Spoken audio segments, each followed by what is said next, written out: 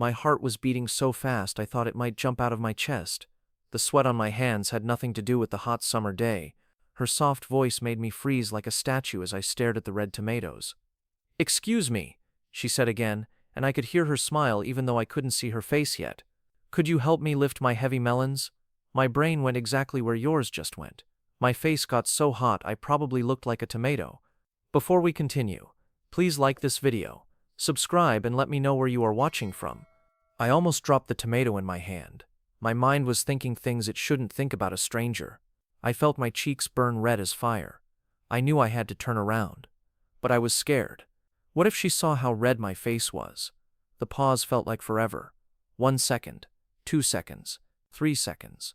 Finally, I made myself turn around slow like a robot. My heart was still going crazy. I was ready to see someone who would make me even more embarrassed than I already felt. But there she stood. This woman had white flour on her apron strings. Her hands had dirt under the fingernails. She was standing behind a big wooden box. The box was full of the biggest green watermelons I had ever seen in my whole life. "I'm sorry, what?" I said, and my voice came out all high and squeaky like a little kid. I sounded like I was 12 years old again. I wanted to hide under a rock. This was the most embarrassing thing ever. She laughed, and it was the most beautiful sound I had ever heard. It made me want to hear it again right away. "The melons," she said, pointing to the wooden box. "I need to get them up onto that table over there." The big watermelons were too heavy for her to pick up by herself. She needed someone strong to help her move them. Of course, real melons, actual fruit, not what my dirty mind was thinking about at all. I felt like the biggest fool. "Oh," I said, putting down the tomato and wiping my wet hands on my jeans. My hands were shaking a little bit. "Yeah, of course, I can help you with that." I tried to smile, but I felt so silly inside. The moment when I saw those green watermelons was like getting hit by lightning. All my crazy thoughts went away in 1 second. She needed help moving fruit. That was all. My face was still burning hot, but now I felt relief washing over me like cool water. Her name was Sophia. She told me this as we started working together. She had this special way of pushing a piece of dark hair behind her ear when she was thinking hard. I noticed this right away as we began moving the big watermelons from the box. We picked up the first melon together. It was so heavy that both of us had to use 2 hands. When our fingers touched on the sides of the green fruit, something like electricity shot up my arm. It felt warm and tingly all the way to my shoulder. "You're not from around here," she said as we carried another big melon to her table. She didn't ask it like a question. She said it like she already knew the answer. Her voice was soft but sure about what she was saying. "That easy to tell?" I asked, trying not to make any grunting sounds. The watermelon was really heavy. I didn't want to look weak in front of her. I wanted to seem strong and helpful, not like some weak city guy who couldn't lift things. "City hands," she said, looking down at my palms as we put the melon down on the wooden table. The way she said it made me look at my own hands. Then I looked at hers. They were so different from mine. Hers were strong. My hands were soft and smooth like a baby's skin. Hers had thick spots from hard work. She had a small white scar across her left hand. Her fingers looked like they could do anything. My fingers looked like they only touched computer keys and coffee cups. "What else gave me away?" I asked.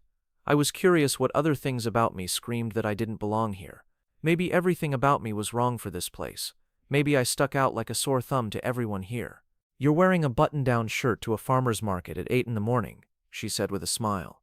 I could see she had a tiny space between her front teeth. This little gap made her smile even more perfect somehow. It was cute. "Also, you were staring at Mrs. Henderson's tomatoes for 20 minutes like they might attack you." She kept smiling at me. Her eyes had little laugh lines around them. She was making fun of me, but in a nice way that made me smile back. I laughed even though I felt a little embarrassed. I was trying to get brave enough to ask how much they cost. It was true. I had been standing there forever, not knowing how farmers' markets worked. Everything was new to me.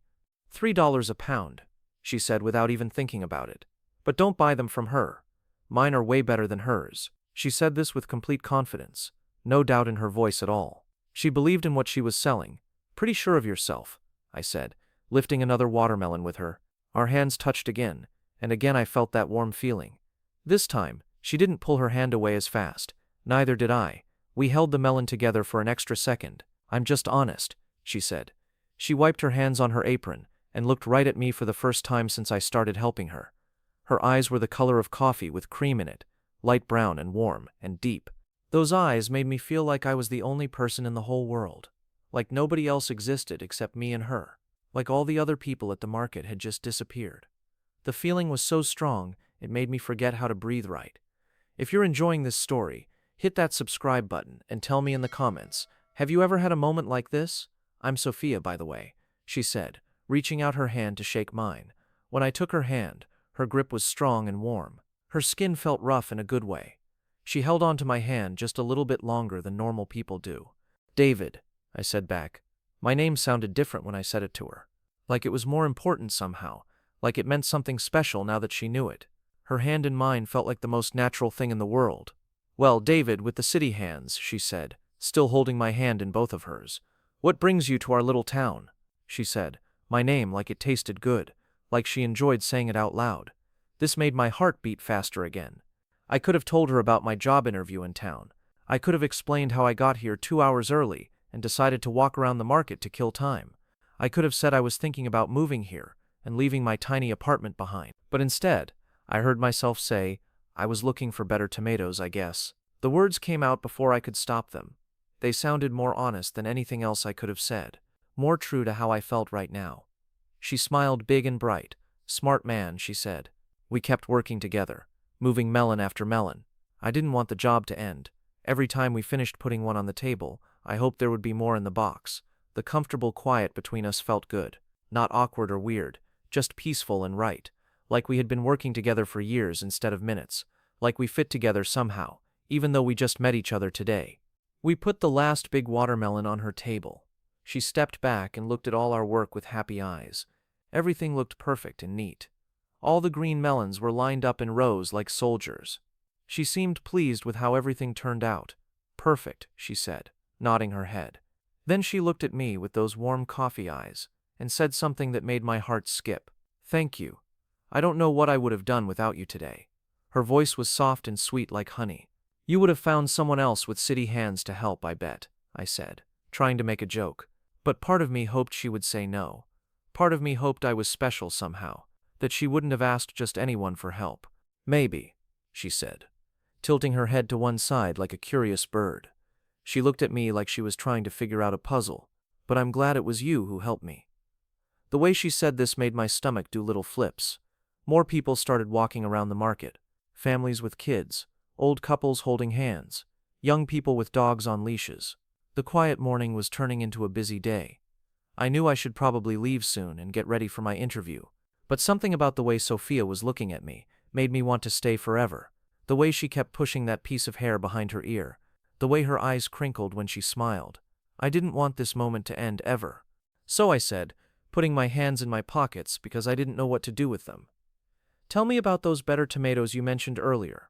I was looking for any reason to keep talking to her, any excuse to stay a little longer.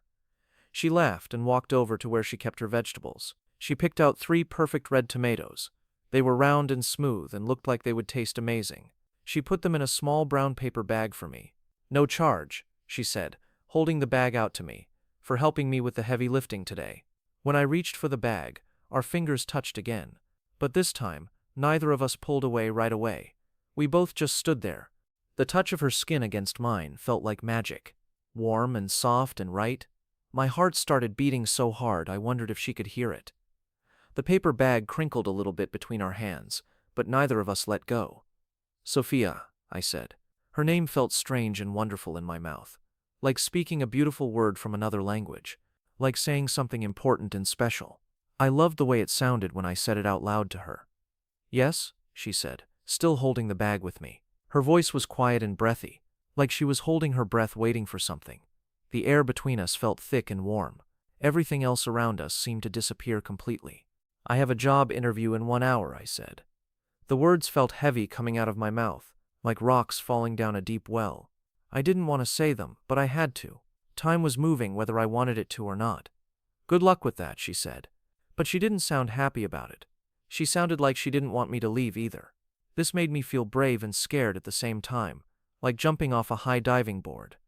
If I get the job, I'll be moving here, to this town, I mean. I watched her face carefully, looking for any sign of what she was thinking, hoping to see something good, something that would tell me she wanted me to stay around. She got very quiet. For a long moment, she didn't say anything at all. She just looked at me with those beautiful eyes. The pause felt like it lasted forever, like time had stopped completely, and we were frozen in this one moment together.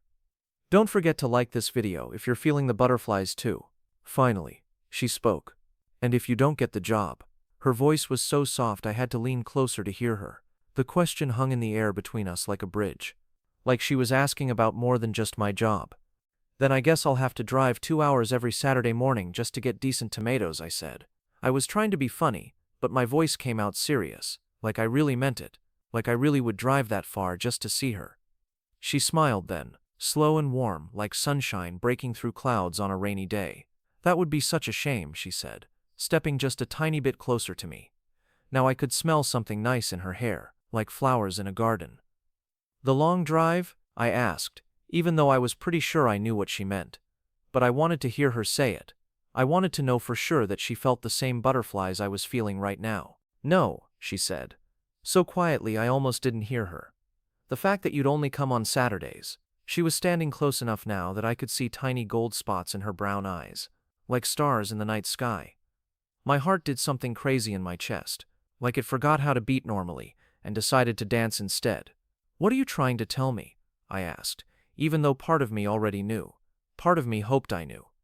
I'm saying that I'm here every single day, Tuesday through Sunday, 6 in the morning, until everything gets sold. She reached up with one hand. Very slowly, very gently, she brushed a tiny piece of white fuzz off my shirt. Her hand stayed there on my chest, right over my heart. I could feel the warmth of her palm through the thin cloth. I wondered if she could feel how fast my heart was beating, if she could tell how nervous and excited she made me feel. Every day, I asked.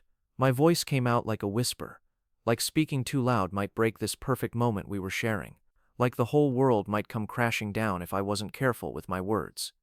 Every day, she said back just as quietly. Her hand was still on my chest, still warm and soft and perfect. Just in case you were wondering about that, her eyes were looking right into mine like she could see my soul. I was wondering about a lot of things, like how her hand could feel so warm through my shirt, like whether she could really feel my heartbeat, like what it would be like to wake up early enough to see her setting up her vegetable stand every morning. Sophia, I said again because I couldn't help myself, because her name was the most beautiful word I knew, because saying it made me feel happy and scared and alive all at the same time, like flying and falling at once. David with the city hands, she said back. There was something in her voice that made me think she liked saying my name too, something soft and sweet and full of possibilities, full of things that could happen if we were both brave enough. I should probably go get ready, I said, but I didn't move. I couldn't move. Her hand was still on my chest, and her eyes were still looking into mine, and everything felt too perfect to break, too special to walk away from. You should, she agreed, but she didn't step back either. We both just stood there in the space between staying and going, between what was safe and what was possible, between the life I knew and the life I might want to have. 3 hours went by like 3 years. The job interview felt like it took forever. I kept thinking about Sophia while the boss man talked. Her laugh, her smile, the way her hand felt on my chest. I couldn't focus on his questions about my work experience.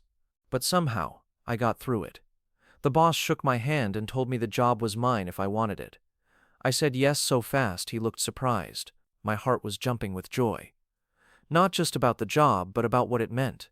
I could stay. I could live in this town. I could see Sophia every day if I wanted to. The thought made me feel like I could fly, like I had wings and could soar above the clouds. This was the best day of my life. I walked back through the farmer's market, with the job offer burning in my pocket. My hands were shaking a little bit from excitement. People were starting to pack up their things. The busy morning crowd had gone home for lunch. The market felt quieter now. Sophia was still there, just like she said she would be. She was putting the last of her vegetables into neat little piles, making everything look pretty for the afternoon shoppers. When she saw me walking toward her, she stopped what she was doing. Her face lit up like Christmas morning.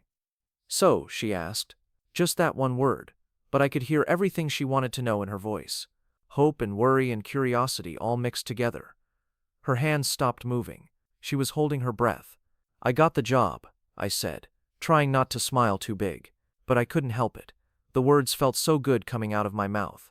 So right and perfect and full of promise, like the start of something amazing and new. "Congratulations," she said, and her whole face changed. Her smile got so bright, it could have lit up the whole market. "I'm really glad."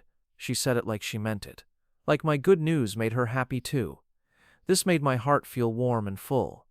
"Me too," I said, stepping closer to her vegetable stand, close enough to see the little freckles on her nose, close enough to smell that flower scent in her hair again, close enough to feel brave about what I wanted to ask next. "Sophia," I said. My voice came out nervous and shaky. Like I was about to jump off a cliff without knowing if there was water below. Like I was about to do the scariest thing I had ever done in my whole life. "Yes," she said. She put down the bunch of carrots she was holding. Her full attention was on me now. Those warm brown eyes were looking right at me, waiting to hear what I had to say, making me feel important and special. "Tomorrow's Sunday," I said. The words felt clumsy in my mouth, like my tongue had forgotten how to work right, like I was learning to speak for the first time. I took a deep breath to calm my nerves. "It is," she said, nodding. She seemed to know I was building up to something bigger, something more important than just talking about what day it was. Her eyes never left my face. She was being patient with me while I found my courage. "You said you're here Tuesday through Sunday," I continued. My heart was beating so hard I could hear it in my ears, like drums in my head, like thunder during a storm. I wondered if she could hear it too. "I am," she said, still waiting, still patient, still looking at me like I was the only person who mattered. The market around us was getting quieter and quieter. Soon it would just be me and her and whatever happened next. I took the biggest breath of my life. "Would you maybe want to have dinner with me tomorrow night, after the market closes?" The words rushed out all at once, like water breaking through a dam. Like I had to say them fast or lose my nerve. The question hung in the air between us like a soap bubble, fragile and delicate and ready to pop. Time seemed to stop completely. The whole world went silent. Even the birds stopped singing. Even the wind stopped blowing. She didn't answer right away. The pause felt like it lasted forever and ever, like hours and days and weeks all rolled into one endless moment. My heart was beating so loud, I thought it might explode. What if she said no? What if I had read everything wrong? Her face was serious now, thinking hard about my question, looking at me like she was trying to see inside my head, trying to figure out what kind of person I really was, whether I was worth taking a chance on or not. 1 second passed, then 2, then 3. Each second felt like a lifetime. I started to worry that I had made a terrible mistake, that I had misunderstood everything, that she was trying to think of a nice way to turn me down. But then, slowly, like sunrise over the mountains, she started to smile. Not her big bright smile from before, something softer and more private, something just for me. Something that made my knees feel weak and my heart feel strong at the same time. She reached across her vegetable table. Her hands moved toward mine like they were being pulled by invisible strings. When her fingers touched my fingers, electricity shot through my whole body, warm and tingly and perfect. She took both my hands in both of hers. Her skin was warm and soft despite all the hard work she did. Her grip was gentle but sure, like she was holding something precious and didn't want to let go, like my hands were treasures. "David," she said, and she took a tiny breath before saying my name, like she needed to get ready for something important, like she was about to tell me a secret that would change everything. Her voice was barely a whisper. The way she said my name made me feel like I was melting, like I was made of ice cream on a hot summer day, like every muscle in my body had turned to warm honey. I had never heard my name sound so beautiful before. "Yeah?" I said back, just as quietly, scared to speak too loud and break whatever magic was happening between us. Scared to move and ruin this perfect moment where she was holding my hands and saying my name like it was a prayer. "I thought you'd never ask," she said. Her words hit me like lightning, like fireworks going off in my chest, like winning the lottery and finding a pot of gold at the same time. She wanted to have dinner with me. She had been hoping I would ask. When she squeezed my hands tight, I felt like I understood everything about life and love and taking chances, about finding something beautiful when you least expect it, about being brave enough to ask for what you want most. The market was almost empty now. Most people had gone home with their bags of fresh food. The sun was getting lower in the sky, making everything look golden and warm. It was just me and Sophia, and the quiet space between us filled with new possibilities. We stood there holding hands across her wooden table, Her fingers were still wrapped around mine like she didn't want to let go. I didn't want to let go either. This moment felt too good, too perfect, too right to end any time soon. "Tomorrow night then," I said softly. My voice sounded different now, less nervous and more sure, like something inside me had settled into place, like I had found something I didn't even know I was looking for until right now. "Tomorrow night," she agreed. Her thumb was tracing little circles on the back of my hand. Such a small touch, but it sent warm feelings all the way up my arm, made me feel connected to her in a way I had never felt connected to anyone before. "What time do you close up here?" I asked. I wanted to know everything about her day. When she woke up, when she went to sleep, what she ate for lunch, all the little details that made up her life that I might get to be part of. "Usually around 6, she said. "But tomorrow I might close a little early." She winked at me when she said this. A cute, playful wink that made me laugh out loud, made me feel light and happy and excited about what was coming next. "I'll pick you up at 6:30 then," I said. "Is there a restaurant in town you like?" I realized I didn't know anything about this place yet.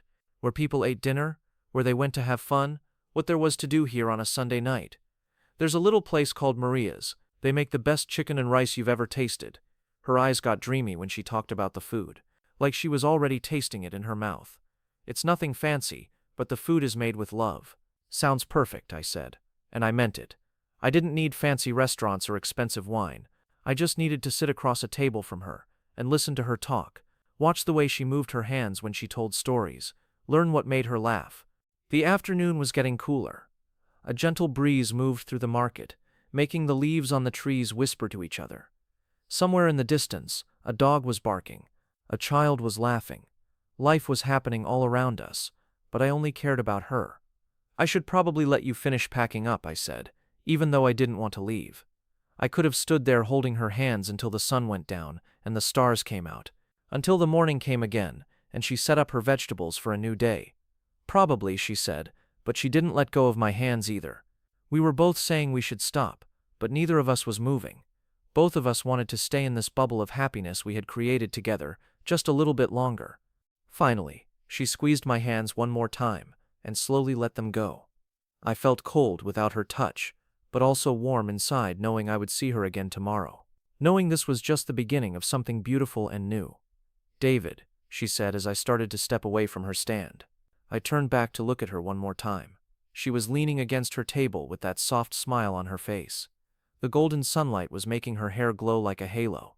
"Thank you," she said, "for helping me today, for staying and talking with me, for asking me to dinner."